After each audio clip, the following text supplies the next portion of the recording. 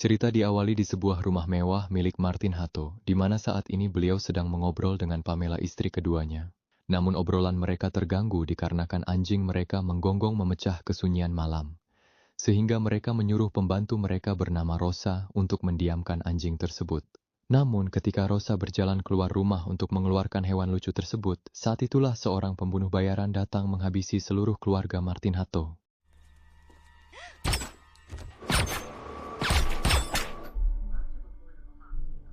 Diketahui pria ini bernama Mesger, salah seorang pembunuh bayaran yang dikirim untuk menghabisi Tuan Hatto beserta keluarganya.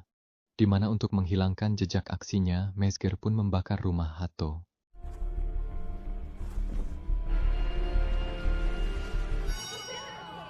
Sementara itu berlokasi di negara Swiss, lebih tepatnya di sebuah sekolah asrama putri di kota Basel, kita akan diperkenalkan dengan seorang siswi cantik bernama Ella Hatto. Ia adalah putri semata wayang, Martin Hatto. Dan di momen ini, Ella sama sekali belum mengetahui kabar kalau ayahnya telah tewas terbunuh. Perlu diketahui bahwa Ella sangat membenci ayahnya, karena semenjak ibu kandungnya meninggal dunia beberapa tahun yang lalu, Ella merasa kalau sang ayah lebih peduli dengan istri mudanya yaitu Pamela dibandingkan putrinya sendiri. Lalu kita diperkenalkan sosok seorang pria bernama Lukas. Ia salah seorang pembunuh bayaran yang merupakan rekannya Mesger. Diketahui bahwa saat ini Lukas dikirim ke Swiss oleh orang yang sama seperti halnya Mesger untuk menculik Ella, satu-satunya anggota keluarga Hatto yang masih tersisa.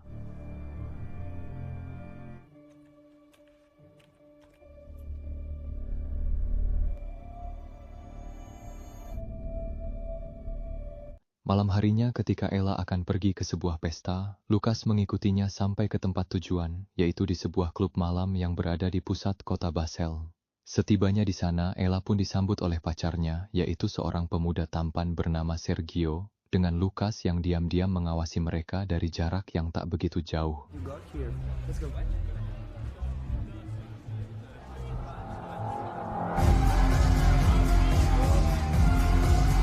Di saat Lukas terus mengawasi Ella, sembari mencari waktu yang tepat untuk melancarkan aksinya, Ella, yang menyadari kehadiran Lukas pun berasumsi bahwa ia adalah orang suruhan ayahnya yang dikirim untuk mengawasi dirinya. Sehingga saat itu juga, Ella meminta Sergio untuk segera pergi dari tempat itu. Namun belum sempat mereka beranjak dari lokasi, tiba-tiba muncullah sekelompok pria bersenjata berniat menghabisi Ella.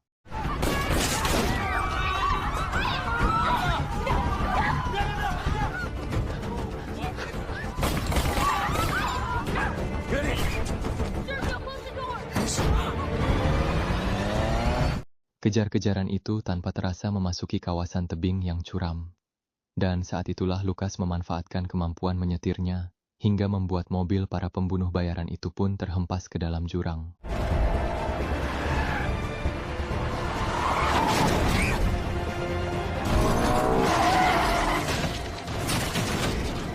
Lalu kemudian Lukas dengan cepat segera keluar dari mobilnya, menghampiri para pembunuh yang masih terhimpit di dalam sana, dan tanpa basa-basi menghabisi mereka saat itu juga. Namun sialnya Sergio mengambil kesempatan itu untuk mengajak Ella kabur. Beruntung Lukas segera menyadari kepergian mereka dan menyusul muda-mudi itu menggunakan mobil. Lalu mencoba membujuk Ella dengan mengatakan jika dirinya sedang diburu oleh para pembunuh bayaran.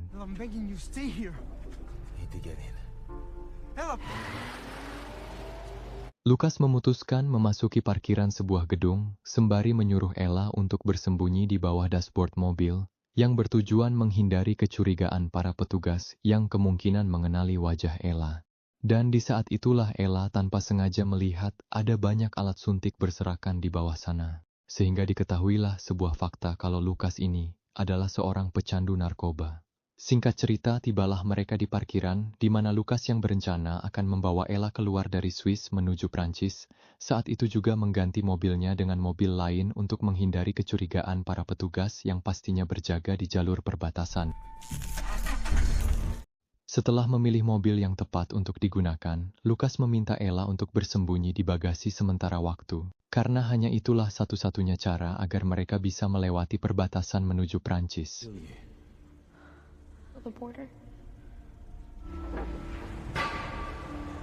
Setelah berhasil melewati para petugas, Lukas pada akhirnya mengungkap fakta tentang masa lalunya yang merupakan mantan seorang marinir. Kala itu saat terakhir berada di medan pertempuran, ia diketahui kehilangan rekan-rekannya hanya karena demi menyelamatkan seekor anjing. Sehingga saat itulah Lukas mengalami depresi. Ia selalu dibayang-bayangi oleh perasaan bersalah yang membuatnya terpuruk dan pada akhirnya jatuh dalam dunia obat-obatan. Istrinya yang saat itu sedang mengandung putri mereka pun pada akhirnya menyerah dengan keadaan konflik rumah tangga yang terjadi secara terus-menerus, hingga sang istri pun memilih meninggalkan Lukas yang seorang pecandu. Sementara itu di negara Inggris, kita akan diperlihatkan dengan sosok seorang pria bernama Richard Edison. Di mana Richard inilah yang mengirim para pembunuh bayaran termasuk Lukas untuk menghabisi keluarga Martin Hatto. Semua itu berawal dari aksi ayah Ella alias Martin Hatto yang berniat membongkar operasi ilegal Richard Edison kepada FBI. Sehingga Richard yang tidak ingin ulahnya terbongkar, mau tidak mau dengan cepat mengambil tindakan menghabisi keluarga Hatto. Untuk menutupi aksinya selama ini, Richard ternyata dibantu oleh orang dalam, yaitu seorang wanita bernama Amy. Di mana Amy ini adalah seorang agen FBI korup yang bersembunyi di balik identitasnya demi uang yang berlimpah. How much? 25 million. This belonged to Martin Hatto. Find the girl. Do what I can. Singkat cerita, Lukas dan Ella akhirnya tiba di Prancis. Mereka tinggal di sebuah rumah kosong yang diketahui milik salah seorang rekannya yang telah gugur di medan perang. Di dalam sana Lukas mencoba menghubungi Richard. Dan ketika panggilannya tersambung, Lukas mempertanyakan alasan Richard yang berniat menghabisi Ella. Sementara Richard yang diketahui sosok temperamen dan kejam ini pun menjawab dengan seenak jidatnya. Di mana ia mengatakan bahwa hal itu ia lakukan untuk memberikan pesan kepada semua partnernya, agar tidak mengulangi pengkhianatan yang sama seperti yang dilakukan oleh Martin Hatto. Setelah mengatakan hal itu, Richard mencoba memberikan kesempatan kedua kepada Lukas. Ia meminta Lukas agar segera membawa Ella. Namun jika Lukas menolak, maka ia tidak akan segan-segan menghabisi keluarga Lukas, yang alamat tempat tinggalnya telah berhasil dikantongi oleh anak buahnya. I expect your supply is running low. Girl will die. You have to know. Di tengah dilema tak tahu harus berbuat apa, Lukas dalam keadaan bingung melangkahkan kakinya menuju mobil, mengeluarkan Ella dari bagasi yang terlihat kesal. Di rumah, Ella kemudian meminta izin untuk menggunakan toilet. Secara kebetulan ia melihat sebuah ponsel yang entah bagaimana bisa berada di sana. Sehingga terbesitlah sebuah ide dalam benaknya untuk kemudian menghubungi nomor telepon ayahnya saat itu juga. Namun ketika telepon tersambung, Ella mendapati suara seorang wanita di seberang sana, di mana ternyata yang menjawab telepon tersebut adalah Amy, agen FBI korup yang telah menyita ponsel Martin Hatto. Amy mempengaruhi Ella agar segera kabur. Karena Lukas bukanlah pria baik. Dia seorang pembunuh bayaran yang ditugaskan untuk menghabisi Ella, sehingga Ella pun mulai termakan oleh hasutan Amy. Listen to me very carefully. He calls himself Lucas. He's been hired to kill you. We're gonna trace this number, Ella, and we're gonna... Ketika keluar dari toilet, ia benar-benar kaget saat melihat Lukas menghadap ke arahnya, sembari memegang sepucuk pistol. Namun Lukas tidak tega melakukannya, karena dia selalu teringat dengan wajah putrinya. Please, you don't have to do this. Please. Sementara Elle yang ketakutan dengan segera berlari mencoba kabur. Lukas yang berhasil menyusul pun meyakinkan Ella. Dia berkata, jika dia berjanji tidak akan menyakitinya, apalagi sampai membunuh. I was hired to kill you. Your father's dead. Now they're gonna want to kill us both. Kemudian Lukas membawa Ella ke sebuah minimarket membeli beberapa makanan ringan. Namun belum sempat Lukas meneguk minumannya, tiba-tiba sebuah peluru melesat dengan cepat menghancurkan botol minuman dalam genggaman Lukas yang nyaris membunuhnya.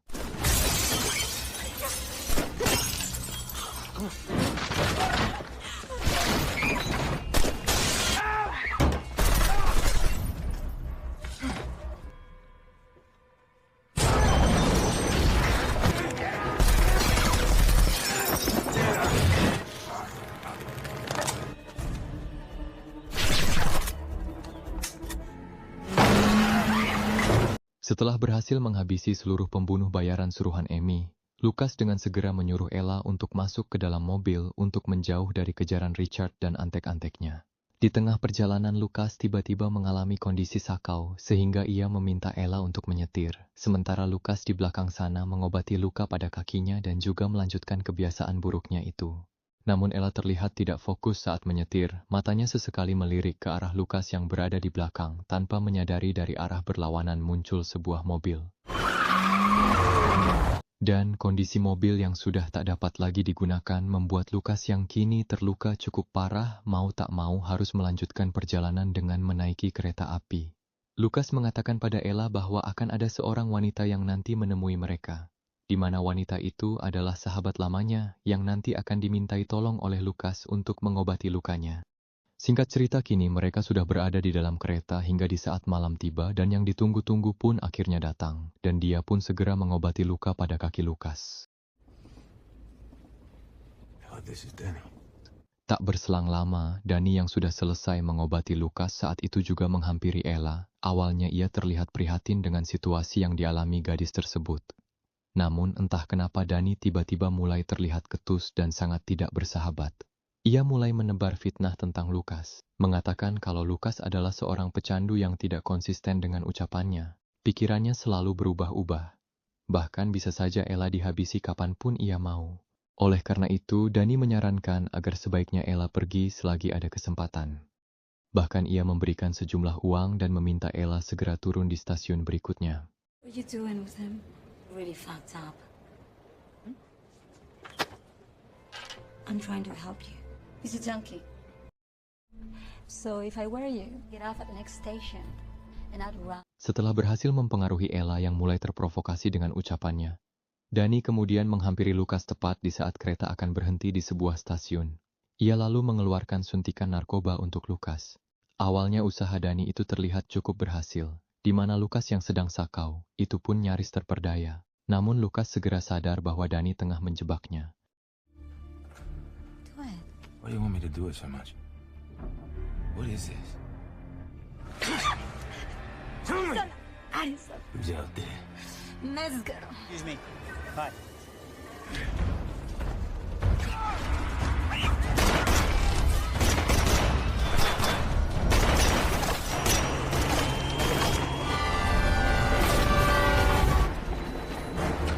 Setelah berhasil kabur membawa Ella kembali bersamanya, tak ada alasan lain buat Lucas untuk berlama-lama di Prancis, di mana kali ini ia memutuskan untuk segera membawa Ella pergi ke Inggris menggunakan kapal.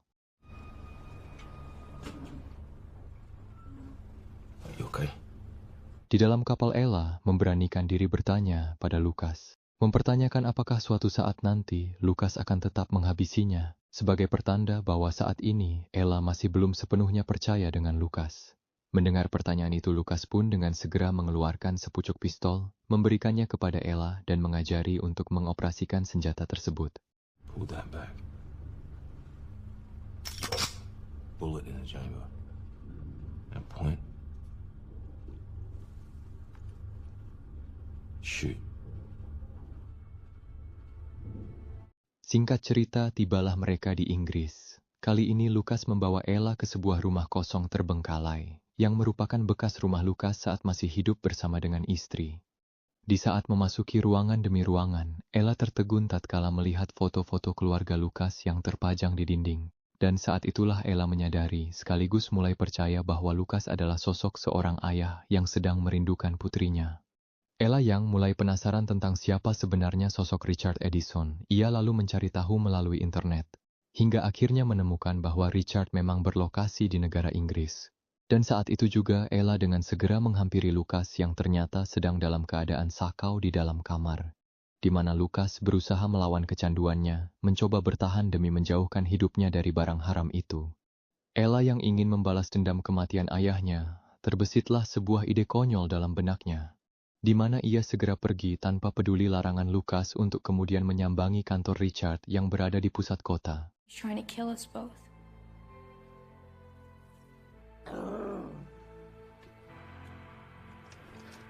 Yeah, put that down. Di kantor Richard, Ella dengan segera menemui resepsionis, meminta resepsionis itu untuk memanggil Richard dengan alasan bahwa ia akan menyerahkan diri. Tak berselang lama, Richard pun muncul setelah diberitahu oleh karyawannya, di mana Ella yang melihat Richard dengan konyolnya menodongkan pistol ke arah pria yang telah membunuh ayahnya itu. Namun dia justru sama sekali tidak berani menarik pelatuknya dan pada akhirnya dia memilih kabur begitu saja. Namun dia tertangkap oleh kawanan polisi korup di luar sana.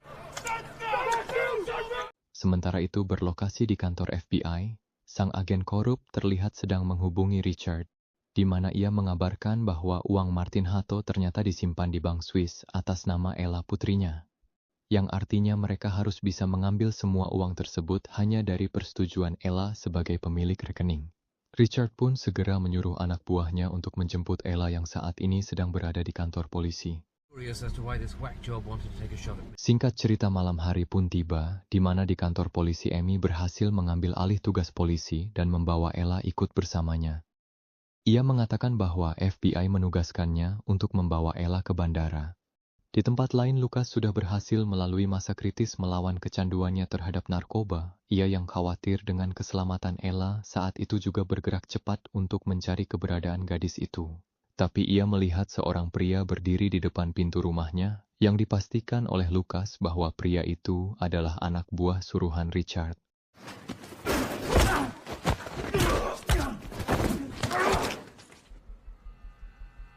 Personal, it's just business. There's a price on your head. Sorry. Sementara itu, di waktu yang hampir bersamaan, Ella mulai menyadari adanya sesuatu yang tidak wajar ketika Amy mulai mempertanyakan tentang akun rekening bank miliknya. Bahkan Amy menyodorkan selembar dokumen untuk ditandatangani tanpa mengizinkan Ella untuk membaca terlebih dahulu. Kecurigaan Ella pun semakin bertambah saat melihat rute perjalanan mereka tidak menuju ke bandara. Saat itu juga Ella menolak menandatangani dokumen tersebut, sampai pada akhirnya benar saja, Ella ternyata dibawa masuk ke dalam sebuah gudang, tempat di mana sedari tadi Metzger telah menunggu.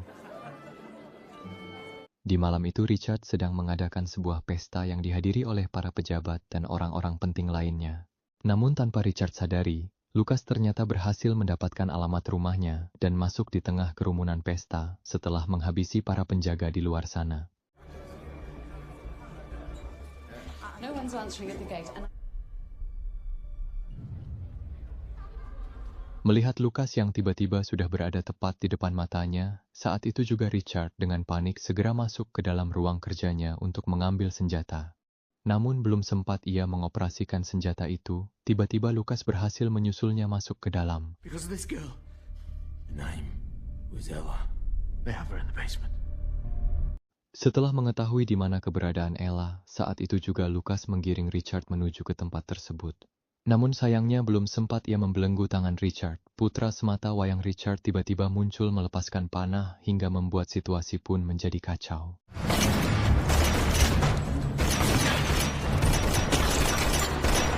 Kesempatan ini pun dimanfaatkan oleh Ella untuk segera kabur dengan menyusuri lorong. Namun sialnya ia dihentikan oleh Metzger yang kemudian melepaskan tembakan tepat mengenai bahunya. Ella yang sudah dalam keadaan pasrah ini pun tak mampu berbuat apa-apa, sehingga ketika Metzger mengarahkan senjatanya untuk segera menghabisi Ella, tiba-tiba Lucas datang menyelamatkannya.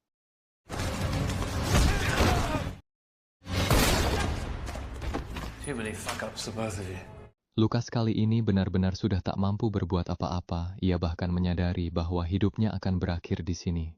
Namun, ketika Richard mengangkat senjatanya untuk segera menarik pelatuk, siapa sangka justru inilah yang terjadi. Singkat cerita, beberapa bulan setelah kejadian itu, diketahui Ella tinggal bersama keluarga bibinya di Amerika. You're treating me, I don't know. Sementara itu, Lucas memutuskan untuk kembali ke keluarga kecilnya. Berkat Ella, ia mampu mengatasi kecanduannya terhadap obat-obatan. Sehingga ia berharap saat nanti bertemu dengan keluarganya, sang istri dan putrinya masih memberikan kesempatan dan menerimanya kembali sebagai suami dan ayah yang baik. Dan, film pun selesai.